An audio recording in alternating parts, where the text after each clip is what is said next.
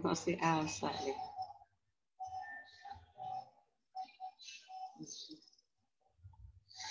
Elsa.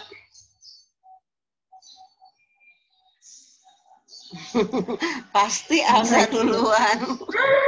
Rajin. Elsa kan tadi udah nilainya 100. Besok ulangan bersama 100 juga ya. Kan model-model begitu. Amin. Amin. Mana nih yang lain nih? Kalau yang namanya K itu siapa sih, Sa? Kayak itu Kasilas, Bu. Atala Kasilas. Oh, Atala. Makanya tadi kan siapa? Kasilas. Gimana? Iya, Atala Kasilas manggilnya K. Oh, makanya tadi siapa? Oh, tuh kan. Pasti kalau nggak Alsa dulu, baru Atala. Yang dua anak ini nih nggak tepat waktu. Bisa tidur dulu nggak? Nggak. Sempat sih kalau saya. Oh, bisa. Syukur atuh. Bisa. Kita mulai aja lah ya. Siapa? Ika udah ada. Udah, kita mulai aja deh. Biar Ratu ini deh.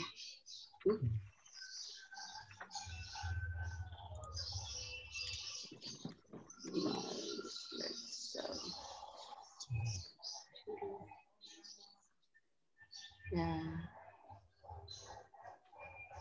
Kemarin udah ya. Kemarin udah sampai Lembah Sungai Kendeng. Oke. Ingat-ingat aja. Kemarin sudah sampai dinasti Chow ya. Ingat-ingat ya. Di dinasti, kenapa dinasti Chow disebut sebagai dasar kebudayaan?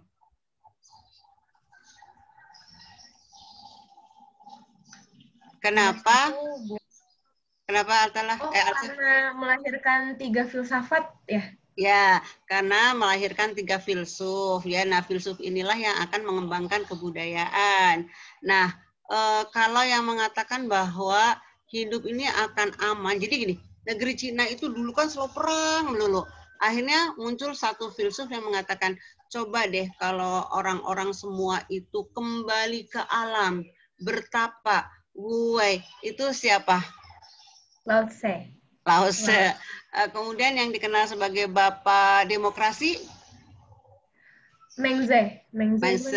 Kemudian yang mengatakan bahwa yang paling yang etika, filsafat etika adalah Kongfusi ya. Jadi filsafat etika dan pemerintahan. Dengarkan dulu pernah ada soal menempatkan pada tempatnya, yaitu sama dengan sopan santun. Cuncun cencen fufu sese, itu ajaran siapa? Itu ajaran Konghucu. Oke ya.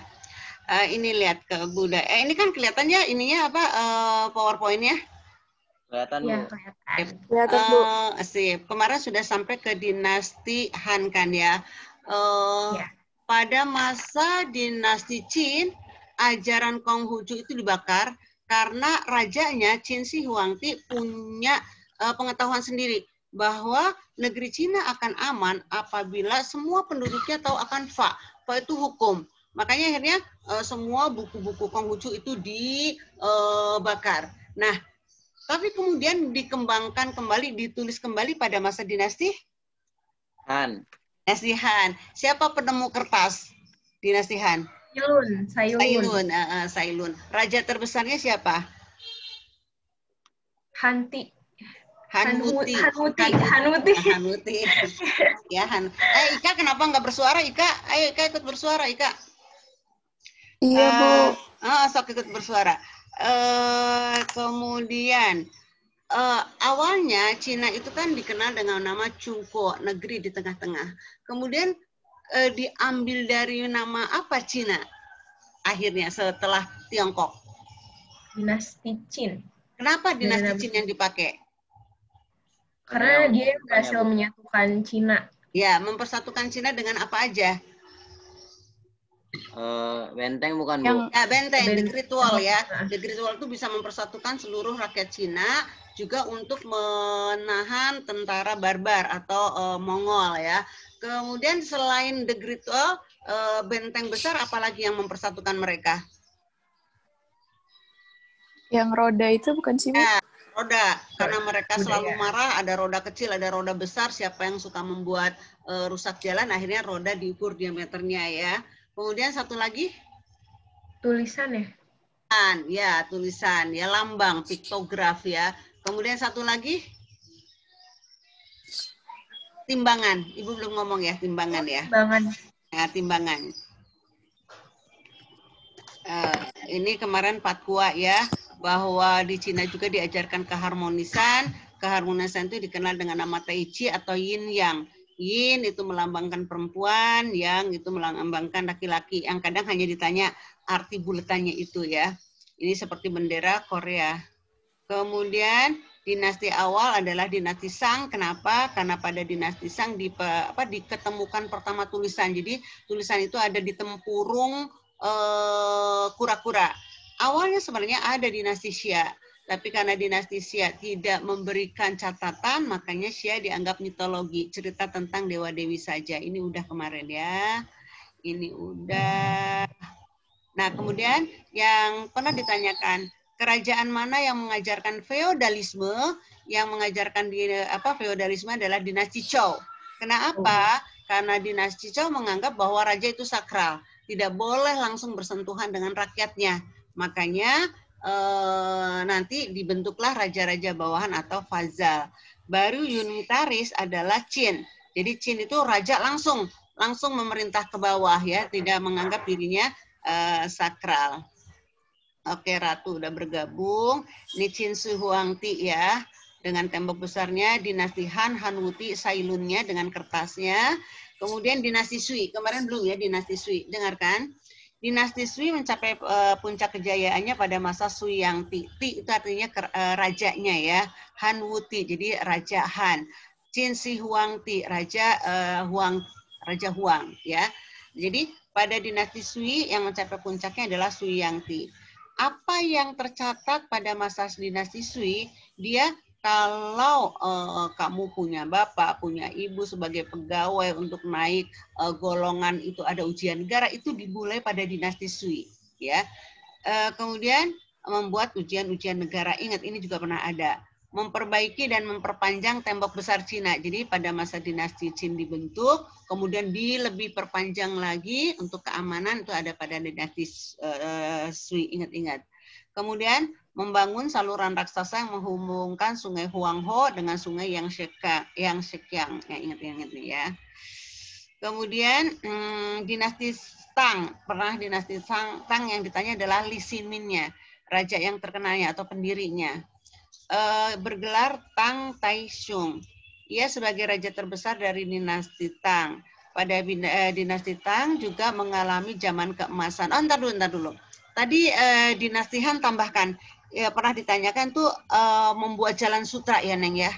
Karena apa? Awalnya pedagang-pedagang itu dagangnya melalui laut. Tapi kemudian muncul perompak-perompak tidak aman. Akhirnya dinasti Han lah yang mulai perdagangan itu dari jalan darat. Nah, jalan darat awal yaitu di Cina dikenal dengan nama Jalan Sutra. Kenapa? Karena mereka membawa dagangannya adalah berupa sutra. Makanya dikenal dengan nama Jalan Sutra. Ingat-ingat itu ada pada dinasti Han. Dan dinasti Han ini berdagangnya langsung dengan Romawi.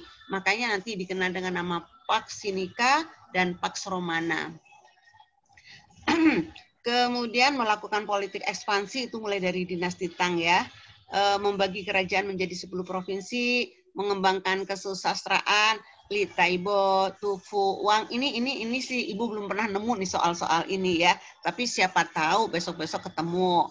Mengembangkan seni kerajinan dengan hasil berupa guci. Jadi guci itu pertama kali ada pada dinasti Tang. Juga melakukan bangunan sakral yaitu pagoda-pagoda. Mengatur pemerintahan desentralisasi. Ingat kalau Qin itu sentralisasi karena si pemerintah si raja yang langsung. Ini dinasti Tang yang suka keluar pernah tulis Simin. Kemudian tentang pembuatan guci itu ada pada dinasti Tang. Biar nanti kan Ibu akan ngasih ke kamu. Nah, dinasti Yuan ini dikenal juga dengan dinasti asing ya, karena letaknya di Mongolia, tidak masuk wilayah Cina. Tapi akhirnya menguasai seluruh wilayah Jazirah Cina. Dinasti Yuan berasal dari Mongolia. Dinasti ini sering dianggap sebagai pemerintahan asing dengan tokohnya tokoh yang paling terkenal dari dinasti ini adalah Genghis Khan. Dia tokoh yang terkenal jahat. Ya jahat karena memang politik ya, dia akan menguasai seluruh wilayah yaitu dengan cara peperangan ya, tapi peperangannya dengan cara bengis. Kekuasaan Genghis Khan kemudian dilanjutkan dengan Kubilai Khan. Nah, di Kubilai Khan ini pernah ada soal raja dinasti Yuan mana yang selalu mengganggu kerajaan Singosari Kertanegara, yaitu Kubilai Khan. Jadi nanti selalu datang utusan Kubilai Khan ke kerajaan Singosari Kertanegara marah, kemudian nanti utusan Kubilai Khan itu dipotong hidungnya. Kelas 10 pernah cerita ini. Semoga Bu Lala juga pernah cerita. Nah, Kubilai Khan dengan pusat pemerintahannya di Peking. Pada masa pemerintahannya seorang musafir barat Marco Polo datang ke Cina. Ia diangkat sebagai gubernur. Al-Tala, Alza, Ratu, Ika. Kalau kamu lihat Marco Polo, dia jugalah yang datang pada waktu Islam berkembang di Indonesia pertama. Dia jugalah yang menyebarkan kepada dunia dengan nama Imago Mundi, yaitu keajaiban dunia. Makanya akhirnya orang-orang pada ke Indonesia setelah mendengar catatannya Marco Polo. Ternyata Marco Polo pernah bekerja pada masa pemerintahan Kubilai Khan. Genghis Khan juga mengadakan Pax Mongolica. Apa itu Pax Mongolica? Aman tentram di kerajaan Mongol. Pax Mongolica, aman tentram di bawah kerajaan Mongol. Dulu kita pernah dikuasai oleh Belanda. Pax Nirlandica, apa artinya aman tentram di bawah pemerintahan Hindia Belanda. Walaupun kita tidak aman ya karena kita dijajah. Kemudian Genghis Khan juga mengadakan Pax Mongolica sebagai gabungan pemerintahan raja-raja Mongol di Asia. Pada masa Genghis Khan itu pula di Cina berkembang agama Kristen. Pernah keluar ya, agama Kristen pertama kali ada masa dinasti apa? Yaitu dinasti Yuan dengan rajanya Genghis Khan. Nanti setelah ini ya kita lihat Cina melakukan isolasi diri ya. Nggak mau datang orang-orang Eropa yang mengajarkan agama Kristen. Kemudian dinasti Ming merupakan pemerintahan nasional pertama. Nah, dengarkan. Pernah ditanyakan, di antara seluruh wilayah kerajaan Cina, mana yang dikenal dengan nama pemerintahan nasional? Itu karena dia juga bisa mempersatukan seperti Qin Shi Huangdi. Ya. Kemudian dinasti Ming merupakan pemerintahan nasional pertama di Cina. Dinasti ini didirikan oleh Chu Yuanchang. Ingat Chu Yuanchang dengan gelar Ming Taishu. Dikenal dengan Hung Wu. Ia berusaha memulihkan kehidupan Cina, memperluas ajaran Konghucu. Ya, jadi selain disebarkan kembali oleh dinasti Han, nah juga dikembangkan lagi oleh dinasti Ming, si Konghucu ini, si filsafat etika ini. Kemudian dan mempersatukan Cina, kaisar yang terkenal dinasti Ming adalah Ming Chengshu. Dia lebih dikenal dengan nama Yongle. Ini nanti kalau film-film peradaban Cina itu sering yang keluar adalah Yongle. Pada masa pemerintahannya, ibu kota kerajaan dipindahkan ke Nanking. Dari Nanking ke Peking. Kemudian Kaisar Yongle pernah mengirim utusan ke wilayah Asia Tenggara termasuk tinggal di Jawa. Nah, nih kalau kamu pernah ke Majapahit, Majapahit itu masa-masa terakhir Majapahit ada catatan Ying Ye Senglan ditulis oleh Cheng Ho. Kenapa? Cheng Ho ini disuruh oleh Yongle untuk kerjasama ke wilayah selatan. Yongle tahu bahwa ada kerajaan besar di wilayah selatan yaitu di Jawa. Akhirnya disuruhlah Cheng Ho, Ma Huan, dan Fei Xin untuk kerjasama dengan wilayah selatan itu. Ternyata apa? Cheng Ho tidak menemukan kerajaan besar, tapi yang ada perang. Perhatikan, Alsa, Atala, Ratu, Ika. Perang saudara apa di Majapahit? Pernah ingat nggak? Majapahit mencapai keruntuhannya, mengalami keruntuhannya karena perang ini. Nah, perang ini dicatat oleh si Mahuan. Panglimanya Cheng Ho. Raja yang nyuruh Yunglo. Siapa? Perang apa namanya? Masih ingat nggak? Majapahit. Antara Kusumawardhani dengan Wirabumi. Perang Paregreg. Jadi kadang pernah ya, ingat ya, pernah dengar ya? Perang Paregreg 1401, 1406. Ratu, kalau kamu masih ingat, nah si Cheng Ho ini sampai ke Majapahit 1405. Nah, perangnya 1401 sampai 1406. Nah, akhirnya ditulislah dalam kitab Ying Yai Seng Lan. Dengarkan, kalau Cina-nya Ying Yai Seng Lan, kalau Jawanya Paregreg, perang saudara. Nah, jadi pada masa kalau ditanyakan perang Paregreg bersamaan di Cina dinasti apa? Dinasti Ming. Karena Kaisar Yumlo pernah menyuruh panglima perangnya yaitu Cheng Ho untuk kerjasama dengan Majapahit. Kerjasama ya, bukan memerangi Majapahit. Dan perhatikan, Kaisar ini sudah beragama Islam. Makanya kalau kamu waktu kelas berapa ya? Kelas 10 kalau nggak salah pernah jalan-jalan ke Jawa Tengah, ke Semarang, itu kamu lihat apa itu Pak? Kelenteng Cheng Ho. Nah, itu adalah kelenteng perpaduan antara budaya Cina dan Islam. Jadi Cheng Ho pun yang mengislamkan Majapahit. Ya. Jadi Kaisar Yunglo ini sudah beragama Islam. Nanti yang mencatat semuanya adalah Mahuan. Ya.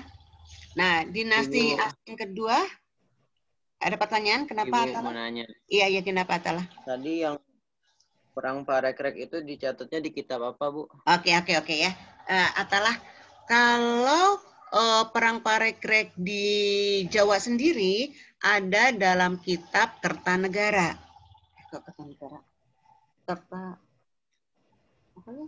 Kertagama.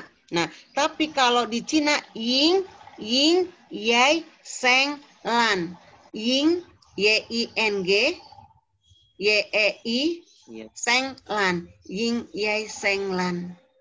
Jadi ini terkenal banget catatan dari si Mahuan. Mahuan itu sekretarisnya Cheng Ho. Cheng Ho itu panglimanya Yunglo. Yunglo itu Raja Ming yang sudah masuk Islam, ya. Jadi dia bukan nyuruh menguasai Majapahit. Kenapa? Karena Majapahit daerah udah besar ya. Dikit-dikit lagi deh. Majapahit kenapa disebut Raja Besar? Karena dia sudah punya organisasi kerjasama. Salah satunya bernama Mitreka Satata. Jadi kerjasama antar negara Asia yaitu Mitreka Satata. Makanya si Yunglo ini menghargai Majapahit mau kerjasama. Ternyata yang ada perang saudara. Perhatikan, perang saudara antara siapa? Kusumawardhani itu anak kandung atau putri mahkotanya Hayam Wuruk dengan Wirabumi. Itu anak selirnya Hayam Wuruk, ya. Dicatat dalam catatan Cina. Dinasti Manchu merupakan dinasti asing kedua dan terakhir di Cina. Akhirnya nanti terakhir kenapa? Karena nanti muncul orang-orang rakyat biasa yang ingin menyelesaikan nggak ada dinasti-dinasti, tapi republik saja, yaitu nanti Sun Yat-sen. Oh, ada di bawah. Kaisar yang terkemuka adalah Kangxi. Dinasti ini berasal dari Manchuria. Kalau tadi Yuan dari Mongolia, ini dari Manchuria. Dengan pusat pemerintahannya akhirnya di Peking lagi ya. Mencapai kejayaannya pada masa Kangxi atau Qinlong. Dinasti ini menerapkan, nah di sini, dia mulai, jadi kalau ditanya, dinasti mana di Cina yang menerapkan isolasi, yaitu dinasti Manchu. Kenapa? Karena dia merasakan orang Eropa, orang Barat itu licik, yaitu ngajarkan Kristen, tapi juga ingin menguasai wilayah Cina. Apalagi nanti dengan Cina jatuh ke tangan Inggris dengan perang candu. Nanti saja ketika Republik Cina Ibu ceritakan, ini masih dinasti. Lemahnya dinasti Manchu mendorong lahirnya golongan nasionalis di Cina yang dipelopori oleh Sun Yat-sen. Nanti kita lebih jauh ke Sun Yat-sen setelah kita masa Republik ya. Ini mah biar masa dinasti saja. Ibu ulangi lagi ya. Dinasti terasing kedua di Cina adalah dinasti Manchu. Kenapa disebut Manchu? Karena daerahnya itu Manchuria. Kalau tadi Yuan, Mongolia, nanti kamu lihat di peta. Ya, kalau Manchuria itu perbatasan dengan Rusia, makanya itu nanti menjadi wilayah Manchuria ketika Perang Dunia ke-1. Nah, kemudian mencapai kejayaannya pada masa Kaisar Kangxi atau Kaisar Qinlong. Nah, pada masa dinasti Manchu inilah mulai diadakannya politik isolasi, tidak suka dengan kedatangan orang-orang Eropa. Kenapa? Karena orang-orang Eropa yang mengajarkan misionaris kristenisasi, tapi juga sambil menguasai wilayah-wilayah Cina. Sama dengan kita ya, si Belanda juga kan misionaris, jadi sambil menguasai wilayah kita. Nanti Cina pun pada masa dinasti Manchu jatuh ke tangan Inggris gara-gara perang candu itu tahun 1832 nanti aja. Akhirnya orang-orang Cina sendiri asli tidak puas dengan pemerintahan Manchu, muncullah orang-orang nasionalis. Yang pertama pelopornya adalah Dr. Sun Yat-sen. Nanti kita ketemu Sun Yat-sen dengan San Min Cui-nya. Akong Fusu udah mengse udah. Oke. Ibu, saya mau nanya. Sok nanya apa? Tadi yang dinasti Yuan itu kan kaisarnya ya kalau nggak salah itu dia udah beragama Islam ya Bu? Yunglo. Iya. Itu kok dia bisa beragama Islam Bu? Oke. Kenapa Kak kok mereka sampai beragama Islam? Karena awal-awal munculnya Islam di Arab itu mereka akan beruntung apabila mereka menikah dengan keluarga Islam dari Arab. Nah, mungkin si salah satunya Yunglo merasakan keberuntungan itu, merasakan keamanan itu, akhirnya dia beragama Islam. Jadi Ika jangan salah ya, pikiran kita kan kalau Cina itu ortodok dengan budayanya ya, tadi Konghucu, Mengse, Laose. Nah, ternyata tidak. Ya, nanti ketika kita masuk Islam ada teori. Islam di Indonesia didatangkan dari Cina. Nah, salah satunya itu adalah yang memperkenalkan adalah Cheng Ho. Gitu. Jadi pada awal Islam masuk, orang-orang yang berdagang dan kemudian masuk Islam itu akan diberi derajat yang tinggi, diberi kedudukan yang sama, menjadi saudara. Makanya akhirnya Yunglo ini memanfaatkan keuntungan itu, gitu Kak. Nah Kak, nanti ketika Islam datang ke Indonesia pun orang-orang kita beragama Hindu ya. Nah, akhirnya mereka apa? Berbondong-bondong masuk Islam. Karena apa? Mereka merasa gengsinya naik kalau punya keluarga raja-raja Islam atau sah-sah bandar Islam. Makanya jadi satu ketertarikan mereka masuk Islam adalah perdagangannya itu, Kak. Jadi mereka punya menjadi saudara, menjadi sederajat itu. Tapi hanya dinasti Yuan ya. Walaupun sekarang lebih berkembang Islamnya di Cina. Itu, Kak. Jadi karena keuntungan perdagangan, politik perdagangan. Itu, Kak. Nanti kalau kita masuk Islam di Indonesia sama. Kerajaan-kerajaan Hindu pun berbondong-bondong masuk Islam karena akan mendapatkan keuntungan kalau satu saudara dengan saudagar-saudagar Islam. Jadi daya tariknya di ekonomi. Ada lagi pertanyaan, Kak? Udah, Bu. Kasih. Ya. Sambil nanya nanti, sambil ini ya. Tembok besar Cina sepanjang 3.000. Ini kemarin udah ditanya belum sih? Kayaknya belum deh, Bu. Oh ya, coba. Dinasti mana? Ada nggak? Ini bukannya Qin ya Bu, dinasti Qin. Qinnya nggak ada ya. No, dinasti Qin. Kenapa nggak ada? Negara Tiongkok saat ini beribu kota? Kayaknya udah deh. Ini kayaknya minggu lalu udah deh, Bu. Ya udah ya, Iya, Beijing udah. ya minggu lalu udah kan ya? Ya udah. Ya udah, kita ini aja jangan lagi kalau gitu. Udah, kita ke materi aja lagi ya. Arno Toynbee Iya, Bu. udah. Nah, sekarang peradaban Mesopotamia. Belum ya peradaban Mesopotamia ya? Lembah Sungai Eufrat dan Tigris. Neng, Kang, kalau ditanya pernah ada peradaban Lembah Sungai Eufrat Tigris Mesopotamia. Negaranya sekarang mana? Negara Irak ya. Nah, Mesopotamia berasal dari kata mesos. Kayaknya ini sebagian udah. Mesopotamia berasal dari kata mesos yang artinya tengah. Potomos artinya negeri, artinya aliran sungai. Jadi Mesopotamia di antara dua aliran sungai. Dua aliran sungai itu mana? Sungai Eufrat dan Sungai Tigris ya. Sungai Eufrat dan Sungai Tigris. Nah, ini Sungai Eufrat dan Sungai Tigris. Ibu paling nggak bisa deh pegang kursor. Nah, Neng, kamu perhatikan aja ya. Kamu perhatikan aja. Kalau Ibu pegang kursor pasti pindah. Nah, itu yang Ibu kasih tanda biru itu, kalau kata Herodotus itu seperti bulan sabit. Ya, daerah itu artinya dikenal dengan nama tuh lihat, fertile crescent moon, daerah bulan sabit yang subur. Ibu ulangi lagi ya. Wilayah Mesopotamia sekarang di peta itu namanya Irak. Neng, nanti di ujungnya itu ada Teluk Persia. Mana Teluk Persia? Itu sekarang Iran. Jadi, the fertile crescent moon itu adalah Irak dengan Iran. Di mana mereka?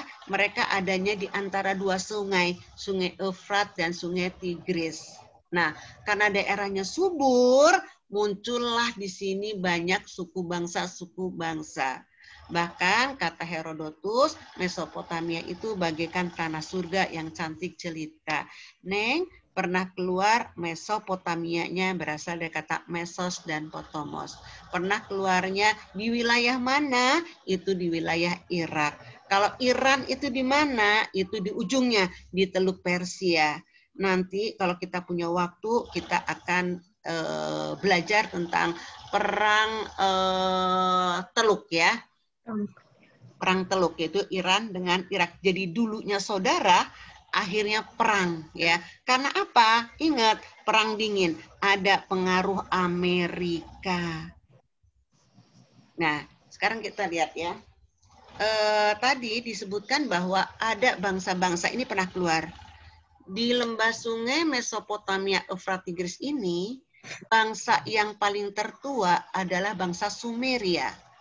Pernah ditanyakan di antara di bawah ini mana yang paling tertua menempati Mesopotamia, yaitu si Sumeria. Karena dia paling tua, akhirnya kebudayaannya itu menjadi kiblat. Ya, ini 3000 sebelum Masehi. Alsa, Ika, Ratu dengan Atalah yang suka keluar nanti Nebukadnezar dan Hammurabinya. Nanti kita sampai sana.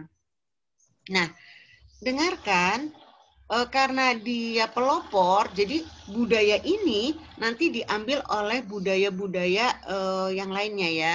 Mereka punya raja dan raja ini sekaligus sebagai kepala agama. Namanya, gelarnya Patesi. Ingat-ingat ya. Di Sumeria, atau nanti umumlah jadinya di Mesopotamia, raja itu merangkap pendeta. Di mana-mana pasti begitu. Raja yang merangkap pendeta. Nah, itu di sana dikenal dengan nama Patesi. Agamanya bercorak politeis. Apa itu politeis? Percaya kepada banyak dewa. Dewa yang utama ada 3. Nih ya. Dewa langit itu Enlil. Dewa bumi, mana sih? Dewa Anu, Dewa Anu itu dewa langit. Dewa Enlil itu dewa bumi. Dewa Ea itu air.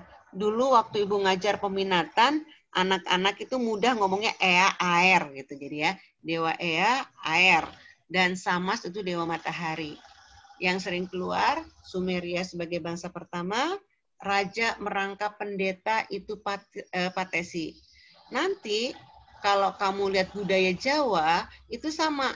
Raja merangkap pendeta.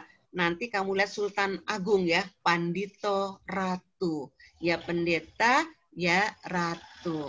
Soeharto pun menyebutkan dirinya Pandito Ratu. Jadi di mana-mana seorang penguasa pasti dia juga ingin menguasai agama. Itu kalau di sini dikenal dengan nama Patesi. Nia, Ea, air, Anu, langit, Enlil, bumi. Samas, matahari. Tapi belum pernah Ibu nemukan dewanya yang keluar ya. Kemudian, bangsa Sumeria juga memiliki peradaban yang tinggi. Apa itu? Berupa tulisan. Neng, kamu lihat. Tulisannya itu ternyata seperti goresan-goresan paku. Makanya dikenallah dengan nama tulisan paku atau ini Neng, sering keluar. Cuneiform. Kenapa Pak? Sini lagi. Cuneiform. Kenapa kembali lagi? Enggak. Bentar ya. Nah, enggak ada ngeklik. Jadi tadi Patesi yang suka ditanya dan cuneiform. Apa itu cuneiform? Cuneiform adalah tulisan-tulisan goresan-goresan seperti paku. Cuneiform, cuneiform. Itu Sumeria, tapi juga akan menjadikan kiblat budaya bangsa lainnya.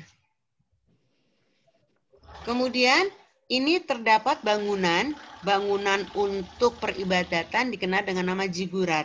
Coba kamu perhatikan bentuk bangunannya seperti di Indonesia ya. Nah ini pernah disamakan. Bentuk ini sama dengan budaya megalitikum. Coba apa? Coba siapa yang tahu? Kira-kira bentuknya sama dengan apa ini? Bapak kelihatan Bapak? Mana? Yang makam itu bukan sih Bu, yang bukan. Bukan Bapak kelihatan Bapak. Mana ini di Indonesia? Di Indonesia. Seperti Borobudur kan ya? Nah ini budaya megalit yaitu budaya punden berundak, ya enggak? Jadi ternyata budaya di seluruh dunia hampir sama ya, ini punden berundak. Kenapa mereka punya filosofi itu? Jadi mereka menganggap semakin undakan semakin tinggi, mereka semakin dekat dengan si nenek moyang. Jadi mereka belum percaya Tuhan yang utuh, tapi awalnya adalah nenek moyang. Terdapat ini namanya zigurat ya. Kalau di Indonesia sama dengan punden berundak. Nanti punden berundak oleh Samaratungga bisa dijadikan bangunan bagus, yaitu Borobudur. Nah, memiliki cerita yang terkenalnya adalah Gilgamesh. Ya, epos ceritanya Gilgamesh. Tambahkan di catatan kamu. Nah, ternyata Gilgamesh ini rame gitu ya, kata orang India. Disadur oleh orang India, namanya menjadi Dewa Ruci. Gilgamesh dijadikan Dewa Ruci. Di Indonesia ternyata baca tulisannya India, diganti oleh Indonesia Bima Suci. Neng, Ibu pernah hanya menceritakan itu ya. Ternyata di soal SBMPTN ada sepenggal cerita. Ini cerita tentang apa? Dari wilayah Mesopotamia. Ternyata anak-anak nggak paham karena Ibu nggak cerita. Jadi Ibu sedikit aja ya. Apa sih itu Gilgamesh? Gilgamesh itu adalah seorang manusia setengah dewa. Nah dia punya teman namanya Enkidu. Nah itu ya Enkidu itu ya seperti kuda ya. Tapi disebutnya mah katanya sapi. Nah kemudian si Gilgamesh karena merasa raja, dia punya segalanya, dia tidak percaya akan kematian. Tapi kemudian dia melihat apa yang ada di alam yang dia lihat itu ada yang mati. Bahkan teman baiknya, sahabat baiknya yang berupa sapi itu, Enkidu pun mati. Nah akhirnya Gilgamesh berdoa ke dewa. Ya dewa, bagaimana supaya saya panjang umur? oleh dewa beri petunjuk. Kamu turun ke dasar sungai, di dasar sungai itu ada pohon, nah di situ pohon kehidupan. Kalau kamu bisa meraih, itu kamu akan panjang umur. Nah, Gilgamesh nyemplung ke air, dia nemu pohon kehidupan itu, dan kemudian sayangnya ada ular. Nah, si Gilgamesh akhirnya direbut oleh si ular, si pohonnya, dan Gilgamesh pun sekalian dilawan oleh ular. Akhirnya Gilgamesh mati. Kalau kita lihat, nggak rame, kenapa Indonesia sampai ngambil cerita itu menjadi Dewa Ruci? Kenapa Bima Suci? Kenapa India menjadi Dewa Ruci? Ternyata di sana ada filsafat hidup, bahwa manusia pasti akan menuju kematian. Siapapun orangnya pasti mati, itu akan dialami. Itu, Neng. Nah, kemudian bagaimana lagi? Kalau kamu ke Ancol, itu di dekat mananya ya? Di dekat samudranya itu. Nah, itu ada patung orang yang dililit ular. Nah, itulah versi Bima Sucinya Indonesia. Full aja udah. Kamu pernah ke Cikokol, full aja kayaknya udah nggak ada. Itu juga ada patung yang dililit ular. Nah, itu Bima Suci. Besok jalan-jalannya ke Full aja ya. Udah nggak ada sih ya kali ya. Ingat ya itu. Itu ceritanya hanya begitu. Pernah Ibu ceritain gitu, anak-anak ngomong nggak rame, Bu. Itu nggak ramenya, bukan nggak ramenya, tapi filsafat hidupnya bahwa manusia itu pasti akan mengalami kematian, walaupun dia seorang raja. Jadi ini ceritanya hampir sama dengan Fir'aun kan ya. Fir'aun juga merasakan dirinya raja, nggak mungkin dia mati. Ini epos Gilgamesh. Kemudian ini suka keluar. Diajarkanlah tahun perhitungan bulan, yaitu tahun Komariah, yang diambil oleh orang-orang Arab, ternyata awalnya dari bangsa Sumeria di wilayah Irak ini, yaitu tahun berdasarkan bulan. Jadi 29 ya hitungannya ya, enggak 30 apalagi 31 ya. Kalau 30-31 itu kan kalender Masehi. Alsa dan kawan-kawan, kalau kamu diajarkan matematika sekarang sama Bu Ninik ngomong satu lingkaran 360 derajat, itu kan warisan pertama Sumeria dipakai sama kamu sekarang. Nah, itulah yang dikenal dengan nama peradaban. Ribuan tahun sebelum Masehi, tapi Atala sekarang masih pusing kan ya, mikirin 360 derajat kemudian dibagi liar ya. Kemudian dia juga kan punya ilmu yang dikenal, ini suka keluar nih, pernah keluar, bukan suka keluar. Seksagesimal, angka yang habis dibagi dengan 6. Nah, kan 360 habis dibagi 6. Jadi orang-orang itu suka dengan angka yang dibagi dengan 6. Jadi dia menampilkan angka 360, angka 24, satu hari 24 jam diajarkan oleh dia. Habis dibagi dengan 6. Kemudian 1 menit 60 detik dia juga yang mengajarkan. Jadi lingkaran 360 dan angka yang habis dibagi dengan 6 seksagesimal itu diajarkan pertama kali oleh Sumeria. Tapi nanti kadang ditanyakan ilmu dari Mesopotamia karena Sumeria merangkul semua wilayah Mesopotamia, yaitu 360 seksagesimal kuniform, perhitungan tahun dengan tahun Komariah atau tahun bulan. Itu ya. Ingat-ingat ya, seksagesimal pernah ada 360 derajat. Kemudian kerajaan Sumeria ini nanti runtuh karena datangnya bangsa Akkadia. Ya, jadi daerah itu bukan berbarengan, tapi saling menguasai. Jadi nanti Sumeria didatangi oleh bangsa Akkadia, Sumeria runtuh, akhirnya Akkadia lah. Rajanya yang terkenal adalah Sargon. Nah ya, nah ternyata si Akkadia ini benar-benar nggak punya budaya baru. Makanya nanti dia ngambil benar-benar budaya Sumeria, makanya negerinya nanti dikenal dengan nama Sumer Akkad. Kita ulangi lagi ya. Disebut juga kerajaan Sumer Akkad. Kenapa? Karena Akkadia nggak punya ilmu baru, akhirnya dia nyontek benar. Makanya dikenal dengan nama Sumer Akkad. Mesopotamia ini dikuasai 2800 sebelum Masehi. Nah, kemudian kekuasaannya mencakup Syria dan Teluk Persia. Tadi Teluk Persia itu Iran ya. Kalau Syria itu adalah masuk wilayah Arab. Pemerintahannya adalah Agade. Ini nggak pernah ditanyakan, tapi nggak tahu kalau besok ditanyakan. Kebudayaan bangsa Akkadia meniru kebudayaan bangsa Sumeria yang sudah maju. Kemudian dewanya mengikuti juga. Dewa mereka memiliki cerita-cerita dongeng tentang kepahlawanan seperti Adopa, Etani, dan Gilgamesneng, tapi nggak pernah ibu temukan soal Adopi dengan Etani, yang ada hanya Gilgamesh. Ingat, pernah ada Gilgamesh, dikeindiakan menjadi Dewa Ruci, dikeindonesiakan menjadi Bima Suci. Nah, kemudian nanti Akkadia runtuh, dikuasai lagi oleh atau yang terkenal di situ adalah Babilonia awal. Kenapa disebut Babilonia awal? Karena nanti ada Babilonia lagi, yaitu Babilonia baru. Nah, ini kita lihat ya. Kerajaan Babilonia awal